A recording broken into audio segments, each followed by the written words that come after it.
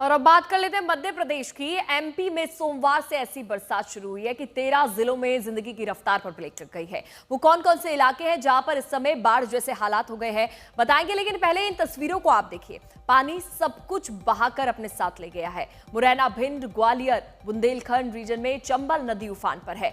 शिवपुरी और विदिशा में सिंध और उसकी सहायक नदियां गांव के गांव डुबा कर ले जा रही हैं। ये वो नदियां जो आगे चलकर यमुना में मिलती है और फिर यमुना में ही प्रयागराज से गंगा से मिल जाती है। अब देखिए, इन नदी के किनारे वाले क्षेत्र में भी बाढ़ की चपेट में है। नर्मदापुरम, खंडवा, जबलपुर, डिंडोरी और हरदा, तो ये वो इलाके हैं जो बारिश और बाढ़ की चपेट में आ चुके हैं।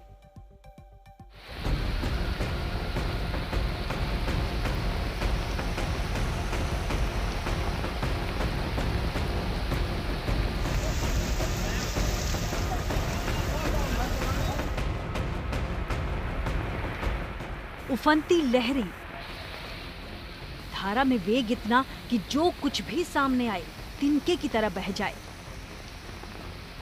ये मध्य प्रदेश का शिवपुरी है, जहां सिंध नदी की लहरें मानव बस्तियों के आर पार बह रही हैं। शिवपुरी के दर्जनों गांव इस प्रचंड वेग में बह गए हैं।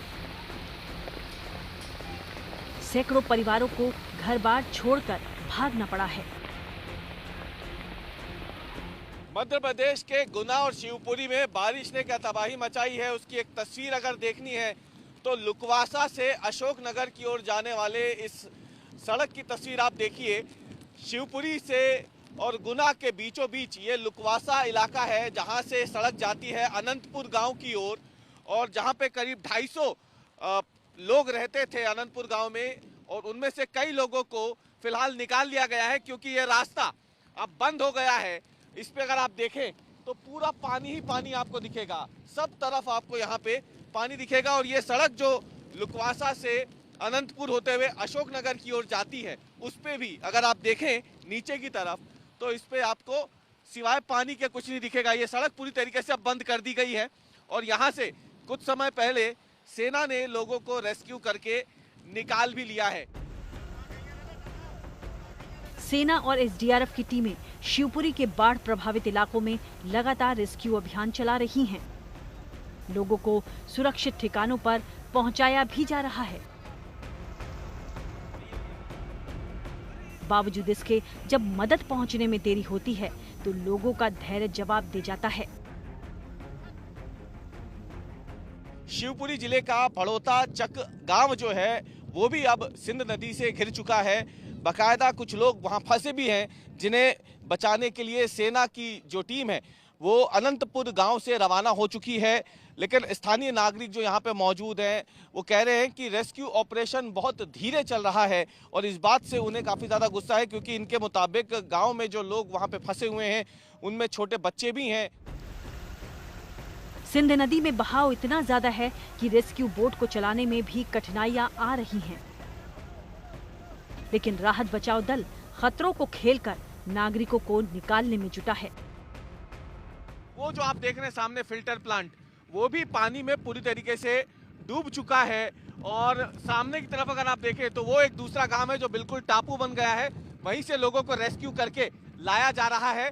और एसडीआरएफ की टीमें जो हैं तैनात है यहाँ पर, ताकि वहाँ से जो रेस्क्यू ऑपरेशन चल रहा है वहाँ से लोगों को बचा बचा के यहाँ लाया जाए।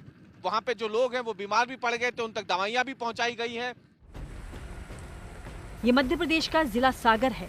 पिछले 48 घंटे में यहाँ इतनी बरसात हुई कि सागर के कई इलाके समंदर में तब्दील हो गए हैं। क्या शहर, क्या गांव, छोटे छोटे नालों में भी इतना पानी आ गया कि पुलों के आर पार धाराएं निकल पड़ी। बावना नदी पर बना पुल पानी में डूब गया, जिसके बाद उसे बंद करना पड़ा। सागर जिले में बामनदेही, मालादेवी और देवना नदी भी उफान पर है।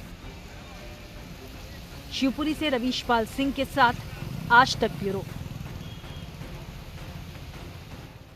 और अब आपको प्रयागराज की तस्वीर दिखा देते हैं। प्रयागराज में गंगा और यमुना उफान पर है। दोनों नदियों का जलस्तर लगातार बढ़ रहा है। बाढ़ के चलते दशमेध घाट डूब गए हैं और गंगा का पानी दारागंज से सड़क पर भी भर गया है, जिससे लोगों के मकानों के अंदर पानी आ गया है। लोग इस बाढ़ से परेशान होने लगे हैं। लोगों का सामान काफी ज्यादा डूब रहा है।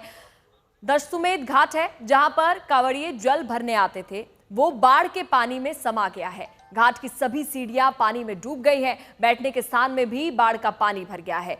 तो लोग अब सड़कों पर स्नान करने को मजबूर हो गए हैं। जिन सड़कों पर गाड़ियां चलती थी, आज वहां नाव चल रही है। पानी पानी प्रयागराज हो गया है। यहां पर संगम के घाट डूब गए हैं। जहां पर गाड़ियां चलती थी, वहां पर आज नाव का सहारा लेकर लोग उसको पार कर रहे हैं।